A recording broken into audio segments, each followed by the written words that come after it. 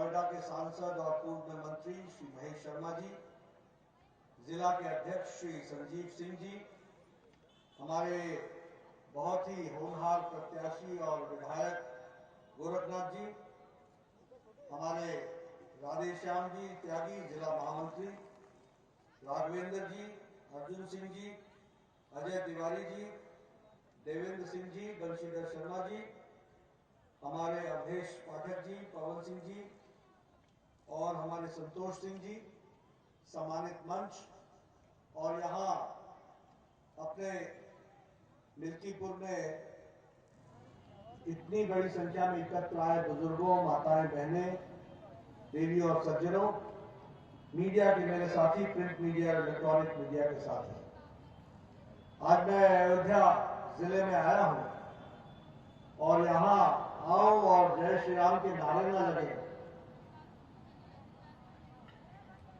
मैं जोर से बोलूंगा, आप सब जवाब देंगे। तो जय श्री राम, जय श्री राम, जय जय श्री राम।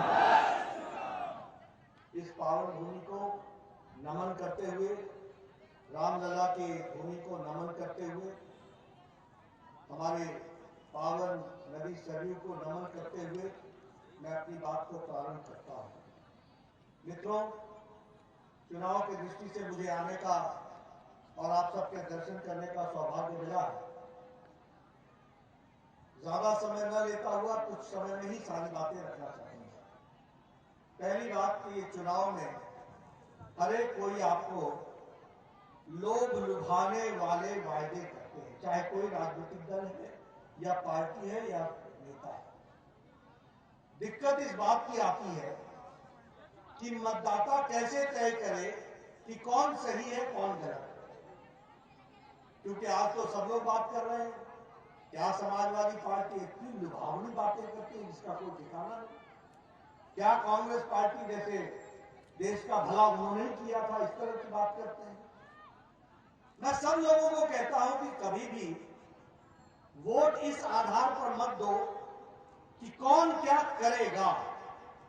वोट का आधार यह होना चाहिए कि कौन पार्टी और कौन व्यक्ति पीछे क्या करता रहा है, उसको आधार मान करके आगे की तय करो। इस रणनीति को समझना चाहिए। इसका मतलब यह हुआ कि कर्म के आधार पर जो पार्टियां खड़ी हैं उनको ही हमको ध्यान में लेकर के चलना चाहिए।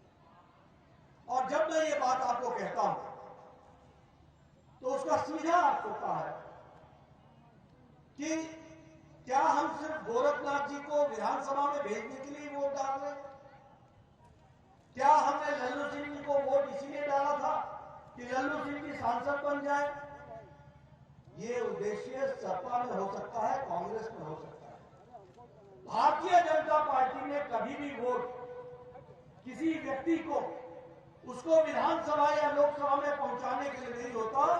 वोट इसलिए होता है कि उनके माध्यम से प्रदेश की और देश की तस्वीर और तकदीर बदलनी है, इसके लिए होता है।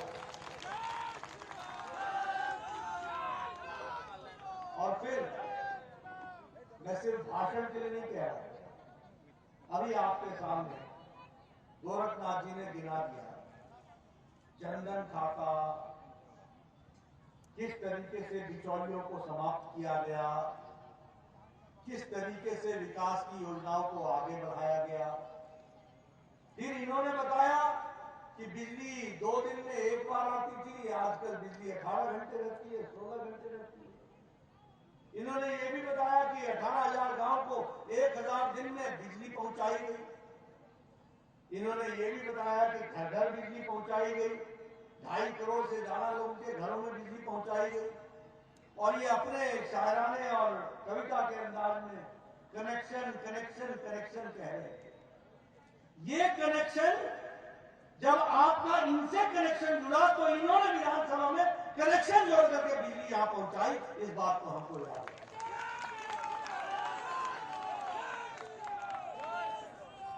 इसलिए मित्रों, चाहे बिजली हो, पानी हो, विकास हो, सड़क हो, कोई भी बात करें, कभी भी समाजवादी पार्टी और कांग्रेस पार्टी विकास की बात नहीं कर सकती, दम ही नहीं है।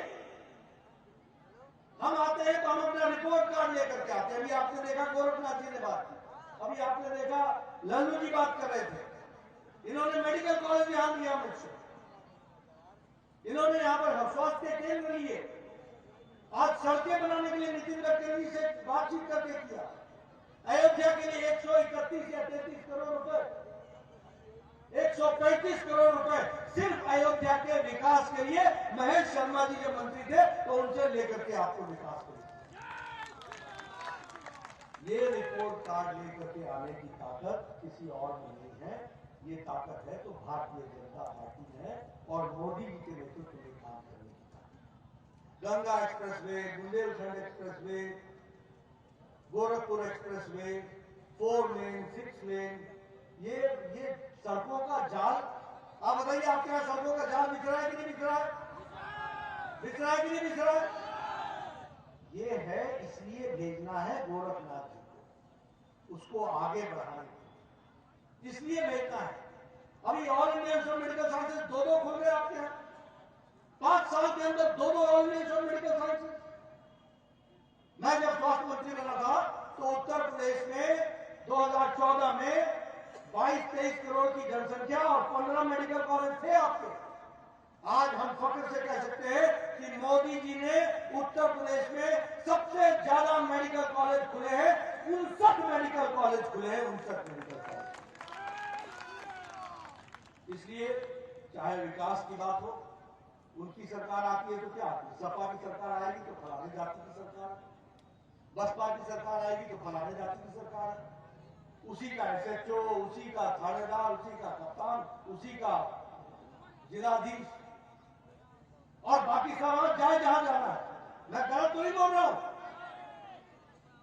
आप बताइए, आजकल जो लोग सपा के साथ लगे हुए हैं, ये सब वही है ना जो इंतजार करते हैं कि आएगा ये सरकार तो थाना भी हमारा होगा और जिला भी हमारा होगा और सब डिवीजन भी हमारा होगा, बाकी दुनिया जाए जहां जाना है। ये सबका साथ, सबका विकास, सबका विश्वास, सबका प्रयास, ये भारतीय जनता पार्टी की सोच है, इसको हमको याद रखना चाहिए। समाज के सभी लोगों को साथ लेकर के चलो, सभी को साथ लेकर के चलो। आज अयोध्या की तस्वीर बदल गई, इंटरनेशनल एयरपोर्ट बन रहा है, दुनिया के किसी भी कोने से आदमी सीधा अयोध्या में लैंड करेगा और यहाँ के पर्यटन का अभूतपूर्व विकास होगा। इस बात को आप याद रखिएगा, इस बात को समझिएगा। इसलिए विकास का दूसरा नाम भारतीय जनता पार्टी।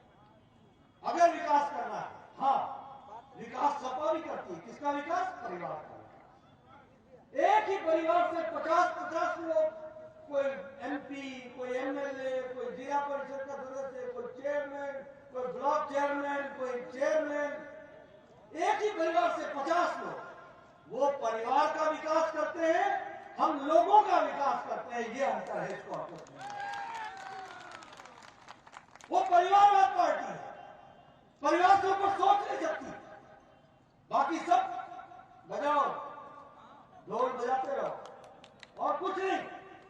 और देश को खतरा है तो दो तरह की पार्टियों से है, एक रीजनल पार्टी और दूसरी परिवार पार्टी। और देश का नक्शा अभी आपके सामने मैं खींच देता हूं। Jammu Kashmir PDP, national conference, दोनों परिवार की पार्टियां। हरियाणा और लोकदल परिवार की पार्टी। नीचे आओ, समाजवादी पार्टी परिवार की पार्टी, बीएसपी एक व्यक्ति की पार्टी। आप आगे चले जाओ, वेस्ट बंगाल टीएमसी परिवार की पार्टी। आप नीचे चले जाओ, बीजू पट्टनायक एक व्यक्ति की पार्टी। आप उससे नीचे चले जाओ, तेलंगाना केसीआर परिवार की पार्टी। आप उससे थोड़ा ऊपर आओ, आंध्र प्रदेश केसीआर टीआरएस और टीडीपी दोनों ही परिवार की पार्टियां हैं। आप तमिलनाडु चले जाओ, डीएमके परिवार की पार्टी। आप महाराष्ट्र चले जाओ, शिवसेना परिवार की पार्टी। आप महाराष्ट्र चले जाओ, एनसीपी परिवार की पार्टी। ये सारा देश में और तो छोड़ो, भारतीय राष्ट्रीय कांग्रेस न भारतीय रह गई, न राष्ट्रीय रह गई, ये भी परिवार की भाई बहन की पार्टी हो गई है, बाकी सब तबले बजाओ जो बजाओ। ये विचारों की पार्टी अकेली भारतीय जनता पार्टी है। गोरखनाथ को विधानसभा इसलिए नहीं बन गए कि ये विधायक बने, लल्लू जी को इसलिए नहीं भेजा कि वो सांसद बने, इसलिए भेजा था और भेजा है कि तुम जाओ मोदी जी के हाथ मजबूत करो और धारा 370 को धाराशाही करके आओ और कश्मीर को अटूट भारत को बाहर कराओ। विचारों की पार्टी, ये विचारों की पार्टी, इसलिए नहीं चुना था कि आप विधायक बनेंगे और आप सांसद बनेंगे, इसलिए चुना है कि जाइए मोदी जी के हाथ मजबूत कीजिए और 13वीं शताब्दी का 3 तलाक का काला कानून जिसको सुप्रीम कोर्ट कहता है कि समाप्त करो, और किसी नेता की में रीढ़ की हड्डी नहीं थी, न दम था, तुष्टीकरण की राजनीति कर रहे थे। ये मोदी जी का 56 इंच का सीना था जिसने 3 तलाक को समाप्त करके महिलाओं को आजादी दिलाई। और सुन लीजिए, 3 तलाक पाकिस्तान में नहीं है, अफगानिस्तान में नहीं है, बांग्लादेश में नहीं है, ईरान में नहीं है, इराक में नहीं है, सीरिया में नहीं है, ये सब मुस्लिम देश है। इंडोनेशिया मुस्लिम बहुतायत देश में नहीं है, जकार्ता में नहीं है, ये हमारा ही देश बड़ा महान तुष्टीकरण में चला हुआ था। हमारी मुस्लिम महिलाओं को आजादी दिलाने का काम किया तो नरेंद्र मोदी जी ने क्या किया हमको। आप बताइए, मैं अयोध्या में खड़ा हूं, आज भव्य राम मंदिर बन रहा है, इसी राम मंदिर को लटकाने का काम कांग्रेस पार्टी करती थी कि नहीं करती? यही राम मंदिर के राम भक्तों पर गोली चलाई थी समाजवादी पार्टी ने कि नहीं चलाई थी? कि नहीं चलाई थी? आजकल अखिलेश मंदिरों में जा रहे हैं, घंटी बजा रहे हैं। मैंने कहा जितनी घंटी बजानी है बजा लो, तुम्हारी बज गई है घंटी। अब पछतावत हो क्या जब चिड़िया चुग गई खेत, अब क्या बोलेगा? और कांग्रेस पार्टी को भी मैं कई बार बोलता हूं, इनके नेता ऐसे हैं जिनको आचमन करना और चरणामृत पीना इसका भी तरीका नहीं मालूम, और ये कभी मंदिरों में गए नहीं, कभी दर्शन नहीं किए। आजकल चंदन लगा करके और गंगा के किनारे खड़े होकर के आरती करा रहे। ये आरती कराना भी बीजेपी ने सिखाया है, बात को समझ लेना। ये बीजेपी ने सिखाया तुमको, भारतीय जनता पार्टी के कारण तुमको आगे करना पड़ा। ये सांस्कृतिक राष्ट्रवाद को आगे बढ़ाना विचार की पार्टी है। गौरव बाबू को इसलिए भेजना है कि इस सांस्कृतिक राष्ट्रवाद को हमको आगे बढ़ाना है, ये विचार है। भव्य राम मंदिर बन रहा है, इसी को कपिल सिब्बल बोलता था, लटकाओ भटकाओ भटकाओ, खुद भटक गए, खुद अटक गए, खुद लटक गए, सब कुछ कर लिया, लेकिन मोदी जी के नेतृत्व में अब भव्य राम मंदिर बन रहा है। बोलो जय श्री राम। काशी में गंगा के किनारे से कॉरिडोर बना है, आज आइए स्नान कीजिए और सीधे बाबा विश्वनाथ के दर्शन कीजिए।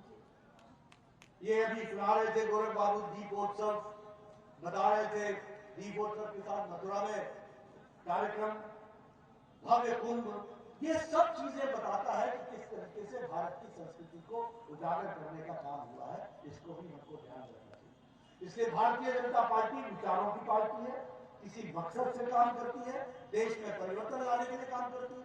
हम गरीब, वंचित, पीड़ित, शोषित, समाज के अंतिम पायदान पर खड़ा व्यक्ति, हमारी महिला बहनें, हमारे नौजवान साथी, हमारे किसान भाई, इनको मुख्य धारा में लाने का काम उठाया है तो मोदी जी के नेतृत्व में भारतीय जनता पार्टी ने उठाया है। इसको हमको समझना चाहिए। ये आयुष्मान भारत 55 करोड़ 50 करोड़ लोगों को, यानी भारत की 40% की आबादी को 5 लाख रुपए सालाना हेल्थ का, गंभीर बीमारियों से लड़ने के लिए, उनको इलाज के लिए 5 लाख रुपए हर साल मोदी जी दे रहे हैं।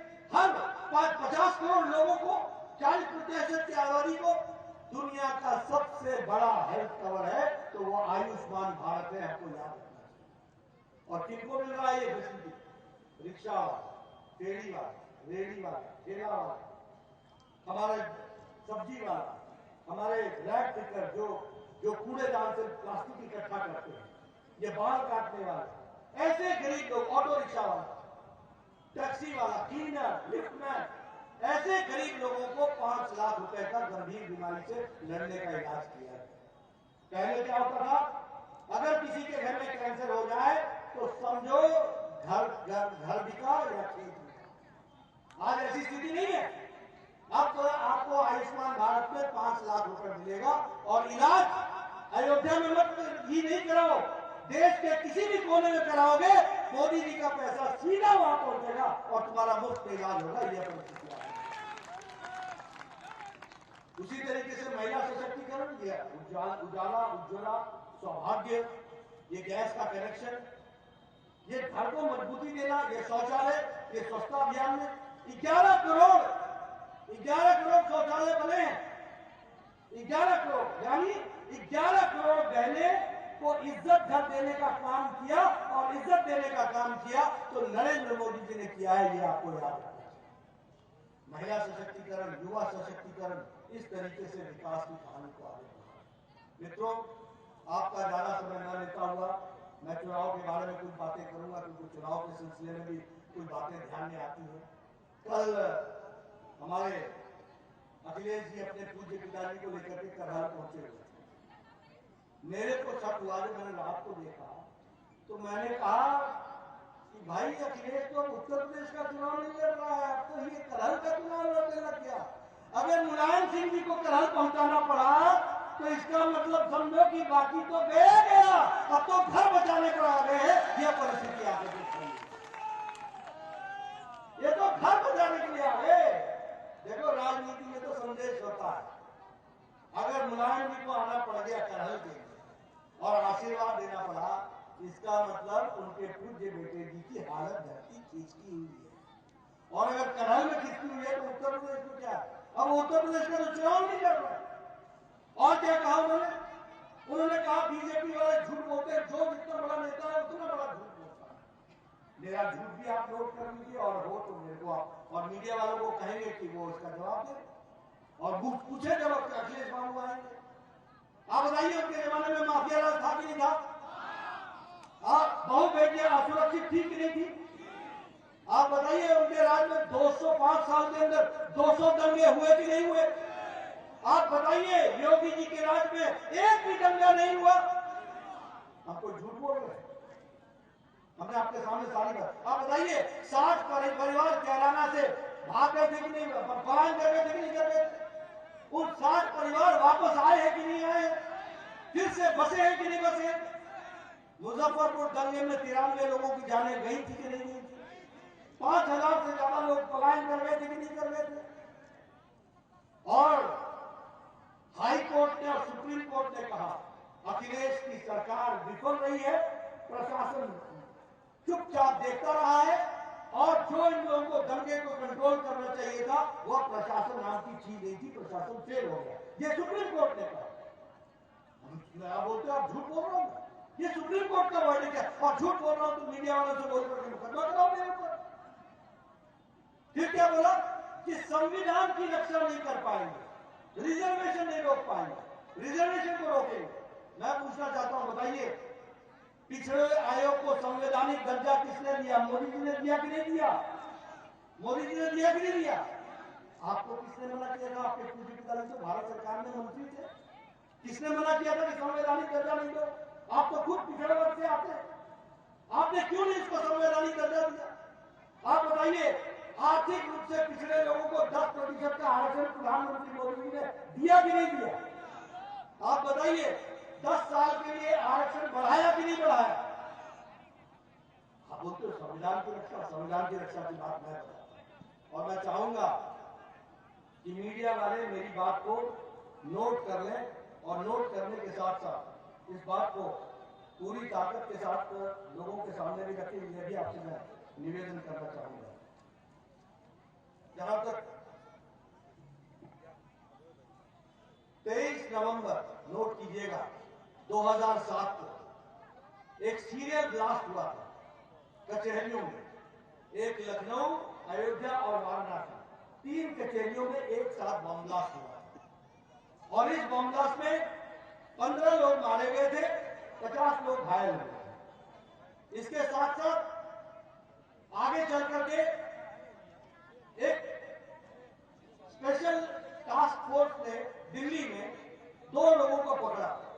एक का नाम था खालिद मुजाहिद, जो जौनपुर का रहने वाला था, और दूसरा था हाकिम तारिक कासमी।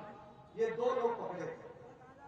इस घटना की जो कचहरी में बम ब्लास्ट हुआ, इसकी जिम्मेदारी इंडियन मुजाहिदीन ने ली और उन्होंने कहा कि हम दशाश्वमेध घाट, श्रमजीवी ट्रेन, नई Delhi Sarojini Nagar, Sankat Mochan Varanasi blast, Mumbai local train blast, ये सारे ब्लास्ट में की जिम्मेवारी हम लेते हैं, हमने किया।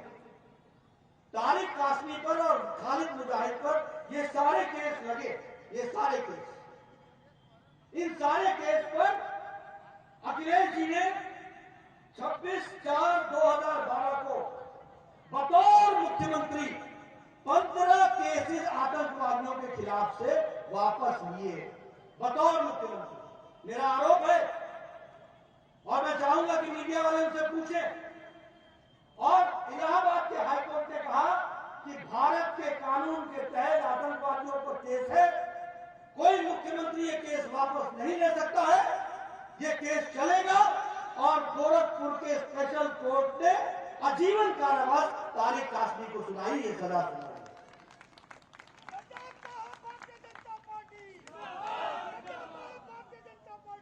दूसरी बात, दूसरा किस्सा सुनाता हूं। 22 मई 2007, 22 मई को गोरखपुर गोलघर में बम ब्लास्ट हुआ, वहां भी 6-7 लोग मारे गए, उसमें भी तारिक कासमी का नाम आया। वो वाला केस भी वापस अखिलेश जी ने इसी तारीख को 26/4/2012 को इस केस को भी वापस लिया। इतना ही नहीं, तारीख नोट करते चलिएगा। 31 दिसंबर 2007 रामपुर में सीआरपीएफ के कैंप पर AK-56 से आतंकवादियों ने हमला किया। 7 सीआरपीएफ के जवान मारे गए, 7 माताओं की कोख सुनी हुई, 7 बहनें विधवा हुई, 7 परिवारों के बच्चे अनाथ हुए। उन पर केस चला। एक हरकत अल इस्लामी और इंडियन और लश्कर-ए-तौयबा, ये दोनों संगठन का कमांडर इन चीफ, जो कि बिहार का रहने वाला था, शहाबुद्दीन, वो नेपाल और भारत के बॉर्डर पर पकड़ा गया। उससे जब पूछताछ हुई तो 7 लोगों के नाम निकले। उसका भी केस अखिलेश जी ने यही 26/4/2012 को वापस लिया। और दोनों केस में इलाहाबाद के हाईकोर्ट ने कहा कि मुख्यमंत्री, आप ये केस वापस नहीं ले सकते हो, ये आतंकवादी के खिलाफ केस है, ये देश के खिलाफ केस है, इसको तुम वापस नहीं ले सकते हो। केस चला, 4 लोगों को सजाए मौत हुई और 3 लोगों को आजीवन कारावास हुआ, ये उसमें से निकला। लेकिन मैं पूछना चाहता हूं, आप सब तो किसान हो, चावल के एक दाने से पहचान लेते हो चावल की किस्म। ये नेता की हरकत से नेता की नीयत पहचान में नहीं आती है।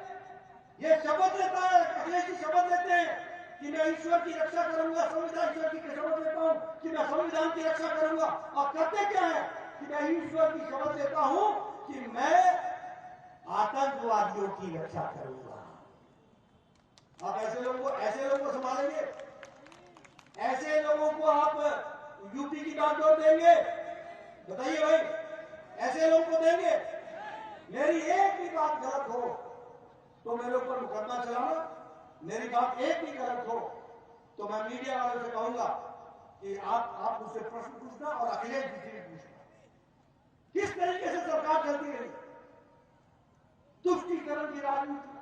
अभी आपने सुना परसों क्या बोल रहे थे, पुलिस वाले, सुनो, ये पूर्व मुख्यमंत्री की भाषा है, ये पुलिस का मनोबल गिराने की भाषा है और गुंडों को बढ़ाने की भाषा है। ये याद रखना, ये शुरुआत है, इसको समझ में आता है।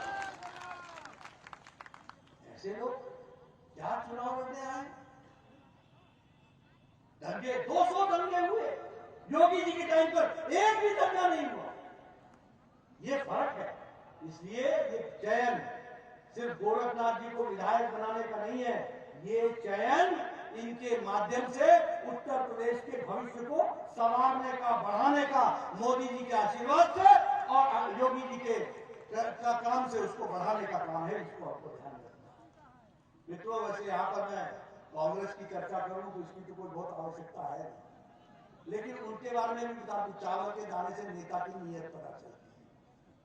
अभी 3 दिन पहले पंजाब में चन्नी मुख्यमंत्री पंजाब, उसने भाषण में कहा, मैं पंजाबी में बोल रहा हूं, बाद में हिंदी में ट्रांसलेट करूंगा, ए यूपी ने पहिए, बिहार ने पहिए और दिल्ली वाले इन्होंने पंजाब से बढ़ नहीं देना।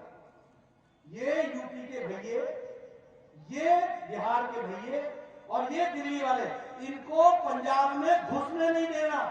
ये शब्द का प्रयोग किया कांग्रेस के मुख्यमंत्री ने और प्रियंका जी ने ताली बजा बजा करके उसकी स्वागत किया। ऐसे लोग आपको चाहिए क्या? यहां बोलेंगे यूपी की बेटी में फूट डालो और राजनीति करो, यही इनका ध्येय है। इसलिए मित्रों, सवाल गोरखनाथ का नहीं है, सवाल लल्लू जी का नहीं है, सवाल उत्तर प्रदेश को बढ़ाने का है, सवाल अयोध्या को संभालने का है, सवाल मोदी जी के नेतृत्व में देश को परम वैभव पर ले जाने का है। इस बात को हमको समझना है। आप बताइए, इंटरनेशनल एयरपोर्ट आएगा तो अयोध्या बदलेगा कि नहीं बदलेगा? आप बताइए, ये 4 लेन 6 लेन से अयोध्या बदलेगा कि नहीं बदलेगा? आप बताइए, ये मेडिकल कॉलेज बनने से गांव-गांव में डॉक्टर पहुंचेगा कि नहीं पहुंचेगा? आप बताइए, ये कॉलेज बनने से यहाँ पर की पढ़ाई की शिक्षा आगे बढ़ेगी कि नहीं बढ़ेगी? मित्रों, ये अपनी चिंता करने का चुनाव है। हम किससे विकास कर सकते हैं, किस माध्यम से विकास कर सकते हैं, उसका रास्ता है। और इसीलिए मैं आपसे निवेदन करने आया हूं, उत्तर प्रदेश को भय मुक्त रखना है, उत्तर प्रदेश को माफिया मुक्त रखना है, उत्तर प्रदेश को रोजगार युक्त रखना है। योगी जी ने 5 साल में उत्तर प्रदेश को आर्थिक जगत में 7वें नंबर से उठा करके दूसरे नंबर पर पहुंचा दिया। अब एक बार लाइसेंस रिन्यू करो, उत्तर प्रदेश प्रथम नंबर पर आकर के खड़ा होगा। ये मैं आपको बता रहा हूं। इसे विकास की नई कहानी लिखनी है। और इसीलिए मैं आपसे दरखास्त करने आया हूं कि बदलती तस्वीर में अपना योगदान कीजिए, बदलती तकदीर उत्तर प्रदेश की, उसको बढ़ाने में अपना योगदान कीजिए। आने वाला समय आपसे पूछेगा कि ऐसे मोड़ पर आप क्या कर रहे थे, तो आपको फक्र होगा कि आप ये कहेंगे कि हम लोगों ने योगी जी की सरकार लाई, हम लोगों ने मोदी जी के हाथ मजबूत किए, हम लोगों ने देश के परिवर्तन में अपना योगदान किया था और हमारे ही जमाने में भव्य राम मंदिर बन करके अयोध्या की धरती पर रामलला विराजमान हुए थे। वो भी आप कह सकते हैं। इसलिए आपका ज्यादा समय न लेता हुआ पुनः आपसे विदा लेता हूं। गौरव बाबू की चिंता कीजिएगा, इनको जिता के भेजिएगा, भेजेंगे ना? भेजेंगे ना? बिल्कुल पूरी ताकत लगाइए। बहुत बहुत धन्यवाद। जय भारत, जय उत्तर प्रदेश।